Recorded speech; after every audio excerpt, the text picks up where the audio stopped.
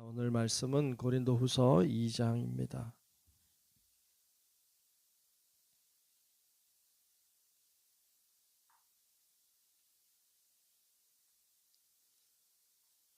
고린도후서 2장 1절로 끝절의 말씀을 보겠습니다. 다 찾으신 줄 알고 고린도후서 2장 말씀 교독하며 말씀 봅니다. 내가 다시는 너희에게 근심 중에 나아가지 아니하기로 스스로 결심하였노니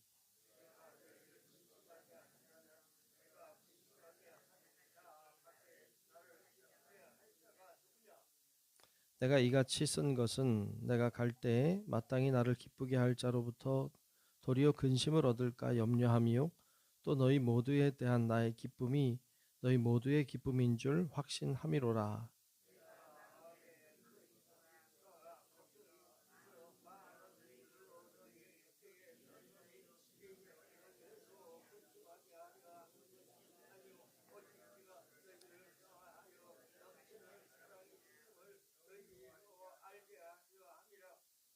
근심하게 한 자가 있었을지라도 나를 근심하게 한 것이 아니요 어느 정도 너희 모두를 근심하게 한 것이니 어느 정도라 함은 내가 너무 지나치게 말하지 아니하려 함이라.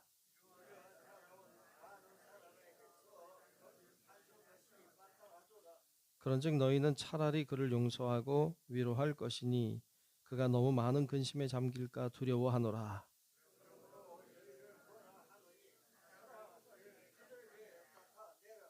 너희가 범사에 순종하는지 그 증거를 알고자 하여 내가 이것을 너희에게 썼노라.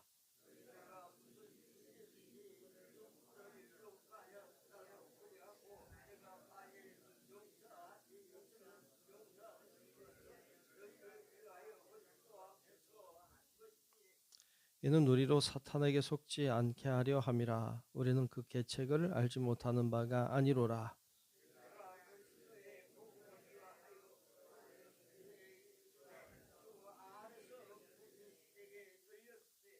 내가 내 형제 디도를 만나지 못하므로 내 심령이 편하지 못하여 그들을 작별하고 마게도냐로 갔노라.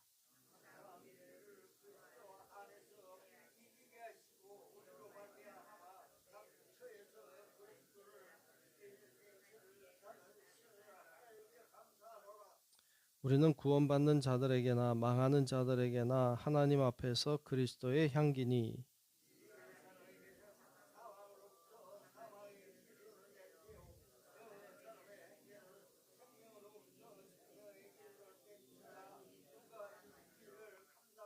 함께 봅니다.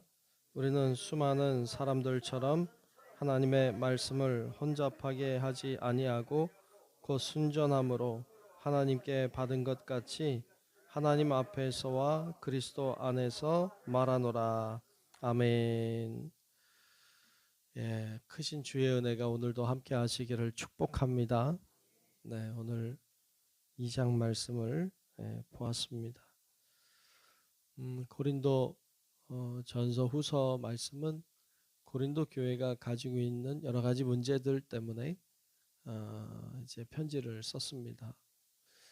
그 중에서도 이 고린도후서 말씀 중에 보면 이제 특별히 사도 바울을 모함하는 것에 대하여 사도 바울이 뭐 사도가 아니라든지 뭐, 뭐 여러 가지 이제 그의 행하는 일들에 대하여 또 그의 말하는 것이나 또는 어떤 글을 쓰는 것이나 이런 것에 대하여 좀 좋지 않게 평가하는 이런 사람들이 있었죠. 그래서 그것 때문에 사도 바울이 대단히 마음이 아파했던 것을 볼 수 있어요. 오늘 말씀 중에도 보면 눈물로 썼다 이런 말도 중간에 나오죠. 그러니까 눈물로 편지를 썼던 거예요. 왜 눈물로 썼을까요? 뭐 기뻐서 쓴 건 아니겠죠. 눈물로 썼다는 것은 뭔가 슬프고 고통스럽고 아파서 속상해서 눈물로 편지를 쓴 거죠. 그런 여러 가지 것 때문에 사도 바울이 근심하고 있어요. 그 근심을 가지고 고린도 교회에 가면 고린도 교회 교인들을 만났을 때 기쁘지 않겠죠. 그리고 고린도 교인들도 좋지 않겠죠. 그러니까 그 근심에 대한 이야기를 하고 있어요. 오늘 1절부터 쭉 나오는 말씀 중에 보면 근심이라는 말이 굉장히 많이 나와요. 1절에도 2절에도 보면 내가 다시는 너에게 근심 중에 나아가지 아니하기로 스스로 결심했다. 이렇게도 나오고 2절에도 내가 너희를 근심하게 한다면 내가 근심하게 한 자밖에 나를 기쁘게 할 자가 누구냐. 그러니까 근심에 대한 이야기를 계속해요. 3절에도 근심이 나오고 4절에도 보면 중간에 눈물로 너에게 썼다는 말과 이는 너희를 근심하게 한 것이 아니다 라고 해명도 하고 있고 5절에도 근심하게 한 자가 또 나를 근심하게 한 것이 아니요 이렇게 근심에 대한 얘기가 계속 나와요. 여기서 근심은 어떤 근심 정말 무슨 고민이 되고 근심하는 근심일 수도 있지만 책망이기도 하고요. 아픔이기도 하고요. 그런 이미지의 말이죠. 사도 바울이 고린도 교회 가는데 근심을 가지고 가면 안 되겠죠. 그렇게 하면 안 되겠죠. 그러면 어떻게 가야 될까요?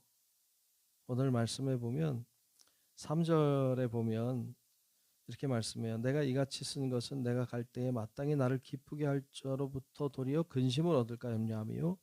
또 너희 모두에 대한 나의 기쁨이 너희 모두의 기쁨인 줄 확신하노라. 그랬어요. 근심을 가지고 가지 않고 기쁨을 가지고 가고 싶다. 네, 근심으로 가는 게 아니라 기쁨으로 가고 싶다. 이렇게 말씀하고 있어요. 그래요. 여러분 우리도 주님 앞에 나올 때 또 어떤 이들을 만날 때 근심으로 하기보다는 기쁨으로 할 수 있기를 축복합니다. 기쁨으로 나아가야 돼요. 근심으로 나갈 때도 있죠.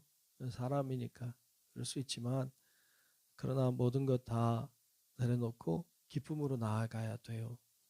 그래야 될 이유가 있죠. 우리가 뒤에서 이제 살피게 되겠습니다만 기쁨으로 나아가야 돼요. 근심으로 나아가면 안 돼요. 어떤 사람을 만나도 교회 나올 때에도 기쁨으로 나와야지 근심으로 나오면 안 된다. 또 4절에도 보면 이렇게 말해요. 내가 마음에 큰 눌림과 걱정이 있어 많은 눈물로 너에게 썼노니 이는 너희를 근심하게 하려 한 것이 아니요 오직 내가 너희를 향하여 넘치는 사랑이 있음을 너희로 알게 하려 함이라. 아멘. 마음에 큰 눌림이 있어요. 걱정이 있어요. 그래서 많은 눈물로 편지를 썼었어요. 왜 눈물로 썼을까요? 그렇게 쓰면 사람들이 받는 사람이 어떻겠어요? 걱정이 되겠죠. 근심이 되겠죠. 그렇게 눈물로 쓴 것은 내가 너희에게 걱정을 끼치려고 너희를 근심하게 하려고 쓴 게 아니라 말씀 끝에 보면 너희를 향하여 넘치는 사랑이 있음을 너희를 알게 하려 하고 썼다는 거예요. 그러니까 사도 바울이 눈물로 썼어요. 왜요? 넘치는 사랑 때문에. 예. 그러니까 넘치는 사랑 때문에 눈물로 편지를 썼다. 그렇죠. 너희 골탕 좀 먹어봐라. 너 이것 때문에 근심 좀 해라. 이런 목적이 아니라 사랑 때문에. 여러분 우리도 누굴 만나거나 또 교회에 나오거나 할 때 근심으로 나오지 말고 풍성한 사랑으로 나오기를 축복합니다. 풍성한 사랑을 품고 나와야 돼. 그래야 될 이유가 있죠. 왜 풍성한 사랑으로 나아가야 됩니까? 뒤에 이제 나오고 있죠. 하나 더 7절에 보면 이렇게 말씀해요. 그런즉 너희는 차라리 그를 용서하고 위로할 것이니 그가 너무 많은 근심에 잠길까 두려워하노라 그랬어요. 누군지 모르지요. 특정하지 않았기 때문에 누군지 모르지만 그러나 어떤 사람이 특별히 사도 바울을 그렇게 괴롭혔던 것 같아요. 그래서 사람들 중에는 야 너 너무했다 너 그러면 안 된다 뭐 이렇게 얘기했겠죠. 그리고 미워하는 사람도 있고 막 이랬겠죠. 그러니까 사도 바울이 하는 얘기가 용서해라. 위로해라. 왜냐하면 그가 너무 많은 근심에 빠질까 염려가 돼서. 그 자기를 모함하는 사람을 용서하는, 그리고 오히려 위로하는 이런 장면을 보여줘요. 때때로 오해가 있기도 하고 때때로 나를 미워하는 사람이 있기도 하고 뭐 그럴 수 있죠. 그러면 미운 마음을 가지고 나오면 안 돼요. 오늘 말씀처럼 용서하는 마음, 위로하는 마음, 이해하려는 마음, 이런 걸 가지고 나아가야 돼요. 그렇게 교회 나오고 그렇게 사람들을 만나야 돼요. 왜 그래야 돼요? 그러고 싶지 않잖아요. 어떤 사람 밉고 짜증이 나기도 하고 이해가 안 되기도 하고. 그런데 왜 우리는 기쁨으로 오늘 말씀에 있는 것처럼 사랑의 풍성한 마음으로 혹은 용서하고 위로하는 마음으로 왜 그렇게 살아야 되고 왜 그렇게 교회 나와야 되고 왜 그렇게 사람들을 만나야 됩니까? 이유가 한 가지 있죠. 11절에 보면 이런 말씀을 하고 있어요. 11절 보면 이는 왜냐하면 이란 말이죠. 왜냐하면 우리로 사탄에게 속지 않게 하려 함이라. 우리는 그 계책을 알지 못하는 바가 아니로라 그랬어요. 사탄에게 속지 않게 하려고. 사탄이 원하는 게 뭐예요? 근심으로 나아가는 거예요. 인상 쓰고 나아가는 거예요. 사랑하지 않는 거예요. 기쁨이 사라지는 거예요. 위로하지 않는 거예요. 용서하지 않는 거예요.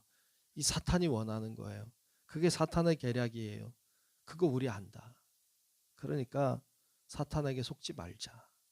우리 기쁨으로 나가자. 근심이 있으나 그러나 기쁨으로 나가자. 풍성한 사랑으로 용서함으로 위로함으로 나가자. 그래야 사탄을 이기는 거다. 그래서 그런 모습으로 나아가자고 말하고 있어요. 여러분 우리는 영적인 전쟁을 하고 있어요. 영적인 전쟁이라는 게 뭐예요? 악한 사탄의 세력이 좋아하는 걸 하지 않는 것이죠. 악한 사탄의 세력이 좋아하는 일을 하지 않는 거예요. 그들에게 지지 않는 거예요. 악한 사탄이 원하는 게 뭔데요? 미워하는 거죠. 용서하지 않는 것이죠. 근심 속에 사는 것이죠. 악한 죄 속에 살아가는 것이죠. 이런 것들은 사탄이 좋아하는 것인데 우린 영적인 전쟁을 하는 사람인데 그런 것들을 하지 않는 것이죠. 하나님의 말씀대로 사는 거죠. 하나님의 뜻대로 사는 거죠. 그게 악한 영과 싸워 이기는 것이죠. 그게 영적인 전쟁이죠. 그래서 사탄을 이겨야 돼요. 여러분 어떤 상황에도 사탄에게 지지 말고 하나님의 말씀으로 이기는 자들이 되시기를 축복합니다. 그렇게 사탄에게 지지 않고 하나님의 말씀으로 이기는 자, 승리하는 자가 되면 어떤 일이 일어납니까? 오늘 말씀 14절에 보면 이렇게 말씀해요. 14절 15절에 항상 우리를 그리스도 안에서 이기게 하시고, 그러니까 하나님이 이기게 하셔야 이기죠. 이겨요. 이기면 어떻게 돼요? 우리로 말미암아 각처에서 그리스도를 아는 냄새를 나타내시는 하나님께 감사하노라. 하나님이 이기게 하세요. 이기면 어떤 현상이 나타나요? 그리스도를 아는 냄새가 난다. 세상 사람들은 그렇게 안 살거든요. 세상 사람들은 근심 중에 살거든요. 세상 사람들은 용서하지 않고 살거든요. 세상 사람들은 사랑하지 않고 살거든요. 근데 우리는 그렇게 안 살아요. 그러니까 우리에게 냄새가 나는 거예요. 그러니까 우리에게서 향기가 나는 것이죠. 그 향기 오늘 15절에도 우리는 구원받는 자들에게나 망하는 자들에게나 하나님 앞에서 그리스도의 향기다. 맞아요. 우린 그리스도의 향기예요. 우리는 그리스도를 아는 냄새를 풍기는 자들이에요. 그 냄새가 어떤 사람에게는 사망에 이르게 해요. 그 냄새가 어떤 사람에게는 그러나 생명에 이르게 한다. 우리는 그렇게 살아야 된다. 우리로 인하여 우리가 하는 그 사탄을 이기는 행동을 통하여 사람들이 산단 말이죠. 구원받는단 말이에요. 이게 그리스도인의 모습입니다. 여러분 우리도 말씀을 통해서 깨닫고 그렇다. 우리가 사탄에게 지지 말자. 하나님 말씀으로 이기자. 이런 믿음으로 오늘도 살고, 오늘도 그리스도 향기를 각 곳에서 드러내고 각 곳에서 나타내며 사는 우리 성도 여러분들이 되시기를 주님의 이름으로 축원합니다. 기도하겠습니다. 하나님 아버지, 오늘도 주의 영으로 우리 가운데 임하사 주님 앞에 영광을 돌리게 하시니 감사합니다. 하나님, 오늘 주신 말씀처럼 악한 영에게 지지 않게 하시고 악한 영을 물리치고 승리하게 하여 주옵소서. 악한 영이 좋아하는 일을 하지 않게 도우시고 오직 하나님의 말씀에 서서 주의 뜻을 따라 살아감으로 이 세상에 그리스도 향기를 드러내는 하나님의 용사들이 되도록 우리를 인도하여 주옵소서. 오늘도 기도의 자리를 축복하시고 우리가 기도하는 바로 이곳이 하나님을 만나는 자리 되게 하시고 주의 능력과 은혜를 경험하는 자리가 될 수 있도록 하나님 역사하여 주옵소서. 오늘도 정성껏 드린 예물을 축복합니다. 성령께서 임재하셔서 날마다 귀한 예물로 드리는 그 마음의 중심을 받으시고 하나님 마음껏 축복하시고 기도에 응답하여 주옵소서. 모든 것 주님께 맡기며 살아계신 예수님 이름으로 간절히 축복하며 기도하옵나이다. 아멘. 하늘에 계신 우리 아버지여, 이름이 거룩히 여김을 받으시오며 나라가 임하시오며 뜻이 하늘에서 이루어진 것 같이 땅에서도 이루어지이다. 오늘 우리에게 일용할 양식을 주시옵고 우리가 우리에게 죄 지은 자를 사하여 준 것 같이 우리 죄를 사하여 주시옵고 우리를 시험에 들게 하지 마시옵고 다만 악에서 구하시옵소서. 나라와 권세와 영광이 아버지께 영원히 있사옵나이다. 아멘.